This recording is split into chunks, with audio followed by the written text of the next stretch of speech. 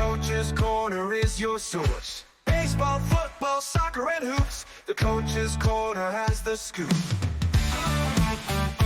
It's the Coach's Corner with Andy. Covering Tri-State sports, it's the Coach's Corner with Andy on 92.1 The GOAT. It's the Coach's Corner. Oh, we're here with a sideways Grant Smith. There he is. My bad. You're good, man. You're good.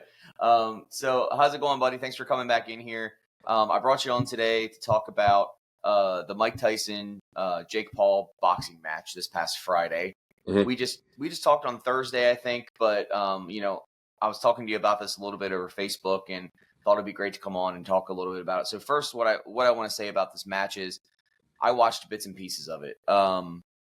When I turned it on Netflix, I honestly thought it was just going to be the Mike Tyson, Jake Paul boxing match. I didn't know there was a whole event to it. So, I was like, well, I'll sit here a little bit. And it took so long to get started that I changed it off and then I went back. But anyways, I did watch, the clips, the recap and all that stuff.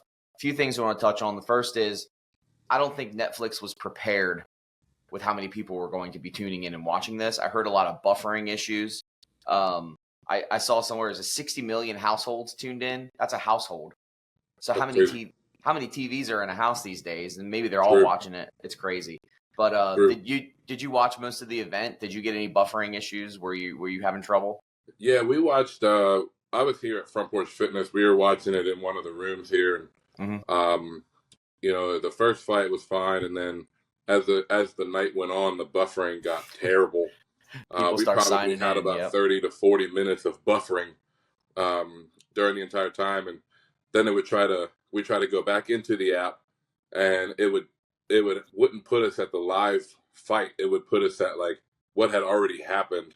Yeah. So we would try to go to the live fights, and it would just buffer the entire time. So yeah, they definitely dropped the ball there in regards to that. I don't think they were ready at all.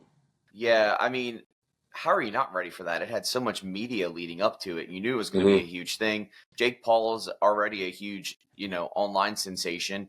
And Mike Tyson is famous, in the boxing sport. What do you think is going to happen?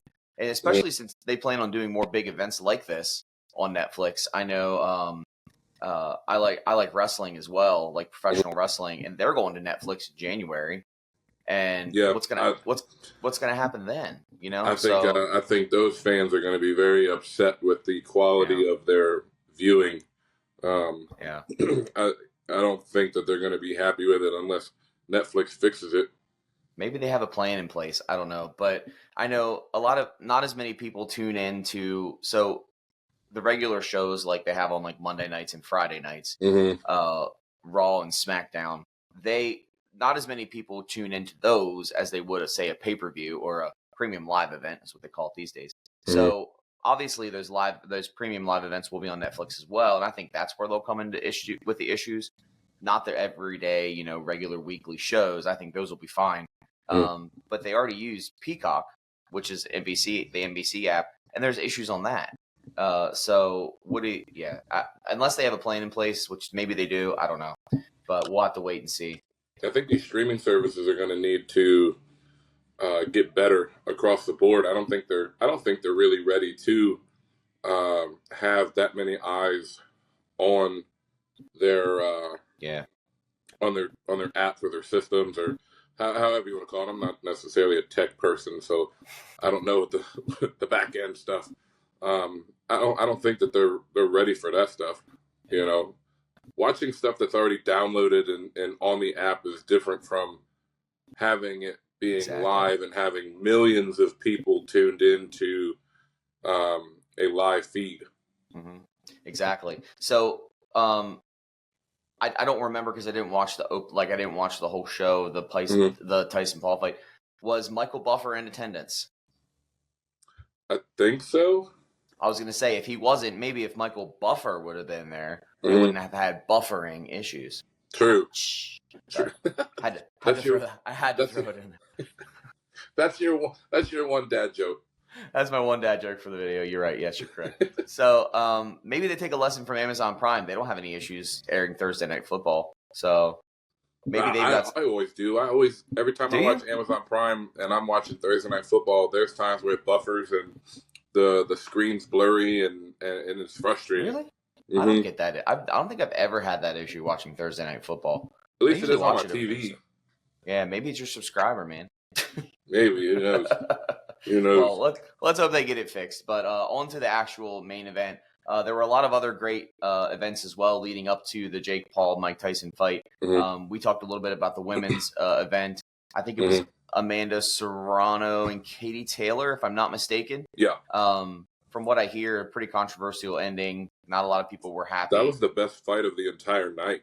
Yeah, I heard it was really, just, really good. Yeah. It was like watching two gladiators in the Coliseum almost, and just going punch for punch, and like you said, the end, the decision. I don't believe that girl won. She was getting stalked the entire time, and was just. I mean, she cut the girl's eye open with a headbutt, and she led in to try to, like, I guess she's trying to close the gap between her and the other fighter. And every time she would lean in, so the other fighter would throw a punch, and she'd lean in and lean with her head, and she would just kept connecting on this I think it was her left or right eye, and split it open really bad. Netflix did a great job of like covering that part. That was cool. It definitely made the fight more interesting because, I mean, they're zoomed in on her eye, and she's got like this 1-inch gash, 2-inch gash on her eye, and you could just see like, So I mean, it wasn't necessarily for the faint of heart or somebody who's a little squeamish, but that was pretty cool though. But at the decision, that was terrible decision. You know, sometimes it feels like even in UFC or any professional fighting sport, I feel like the women sometimes go harder than the men.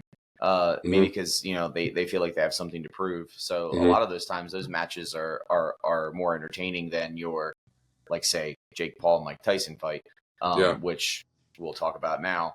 A lot of people are saying Tyson held back. I watched a little bit of the fight here and there. When I was watching it, he looked like an old man moving around in the ring. Not your normal Mike Tyson, stature. He looked like he was hurting. I mean, was he injured going into that? Do you know anything about that? Did something happen? I know with that fight that he had over COVID, there was a knee thing, and I know he had a sleeve on his knee.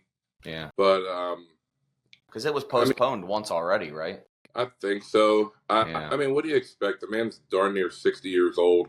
Right. I mean, my body hurts, and I'm not even. I'll be turning 32, so let alone I'm, 58 years old, and I've given 20 years of my life of just literally getting beat up.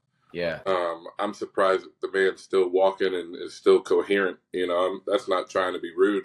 Boxing is a brutal sport. I've trained a professional boxer here locally, in Chambersburg, and I got to give it to those guys just stepping in the ring, knowing that they're going to get punched in the face. Doesn't interest me whatsoever. But interesting to watch, but not interesting to participate in. But you talked about, we're only in our 30s and it's hard to move. Dude, I just laid carpet out on a patio, outdoor carpet yesterday, and my body is feeling it. I can barely get up out of bed today, let alone I can't imagine stepping into a boxing ring. Getting my face punched constantly. No, I put on like a sparring suit or whatever that they use for like body shots and stuff like that. And my boxer punched me in my stomach with the pad on, and it hurt. I was like, nope, I'm done. You punched me way too hard. Though, like, when you look at that, speaking of those training outfits and stuff like that and the sparring pads, there was a lot of videos of Tyson training, and man, he looked like he was going so hard. But I guess it's different when you get into a match. You got another person over there trying to hit you as well. It can be a little different, but I expected a little more out of him than that. Now, he did land a few good punches here and there. He did. He landed that one that sent Paul up against the ropes, and I'm like, okay. Yeah. And then from there, Paul would come in and pop, pop, pop, and then would back up 10 feet. And, I feel like Tyson did more cardio than he did boxing the entire night because he was trying to follow him around the ring. I looked a little bit at the odds and like for sports betting and stuff like that, just to see, some of the options that were available on the night. And when I saw Tyson as the underdog, I was like, Mike of Tyson? course. Yeah, and I was like, Mike Tyson? And now I guess I understand why. But a lot of people, there's a lot of speculation going around that he threw the match to get the money. Yeah. Because Jake Paul paid him to actually lose, and that's Yeah. why he held back. I don't think that was actually the case. I mean, it wouldn't surprise me. I mean, nothing against Jake Paul. I think that his training, he's doing what he's doing, and he utilizes his platform well. He does. And I think he does crazy stuff and whatnot in regards to that. But Yeah. I don't know. I couldn't really tell you. I couldn't speculate. I mean, the guy's training his butt off. I do see some of the videos that he does and stuff like that, and he is legitimately training just like a boxer, and has a really good team around him. And I mean, he looks a lot better now than he did when he first started. So it shows that he cares about it. I think the fact that he has a following on YouTube, and that's where he kind of got his stardom, is from making corny videos and stuff like that. Wasn't he on the Disney Channel at one point? I think he was. I think him and his brother were at one point, possibly. I don't know. I really never followed them until now. Yeah, same here. And I still don't follow them. I just like, everybody's like, hey. You know who they are, Yeah, my kids talk about Prime all the time, and they're like, you know who Logan Paul is? It's like, you're 8 years old. Like, what are you talking about? Yeah, I know, man. The things kids know is amazing. Yeah. A lot of people are saying, is Jake Paul trying to turn like the sport of boxing into more of a sports entertainment aspect? I mean, his brother Logan Paul is a WWE wrestler recently, and he's an amazing athlete. Watching him, dude,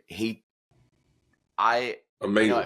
At first, when I saw him, when I heard he was wrestling, I was like, another celebrity coming in, gonna just do their thing, get their money, get their recognition, and get out. But the guy puts in the work, and he's really doing well, and he's taking, he's got a lot of positive reaction from the current athletes that are there, the wrestlers, and they really respect him, and he's doing his thing, and so is Jake, and there's no problem, I don't think, going in that direction of like more of a sports entertainment. What sport doesn't have some type of entertainment aspect in it?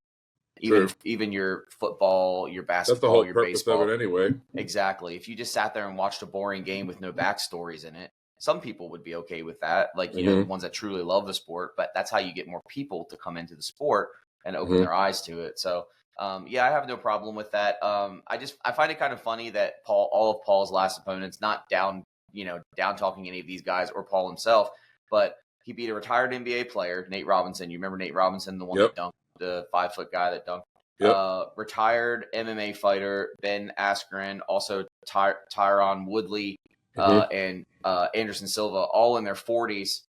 He'd lost to an actual boxer, Tommy Fury. The only boxer that he actually went against. Right. And he wasn't even, he's not in his 40s. He's like in his 30s.